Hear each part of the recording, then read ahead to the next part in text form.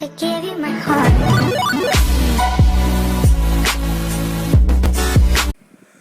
Hello guys, welcome back to Random Tech YouTube channel. So today in this video I'm gonna show you how to get cockroach filter on Snapchat. So guys, if you wanna take the shot of cockroach that is going on through your face, like I will show you where it is.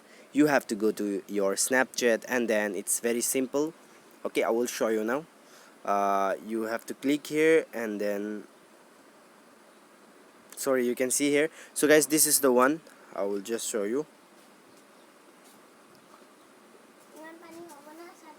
So guys, you can see here cockroach on my face. So to get this filter, what you have to do is you have to just go to your Google Play Store first. Okay, so after going to Google Play Store, you can see here you have to update your Snapchat. So after updating your Snapchat, what you have to do is you have to go here first, and then after going here you can see here, if you are not finding on this option, then you have to click on this you can see here, sorry, you can see here search option. So just click on this search option here.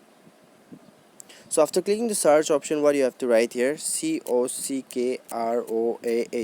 So after writing search here, you can just click on this option, and then guys, you can see here you will find an option, cockroach option. You can see here,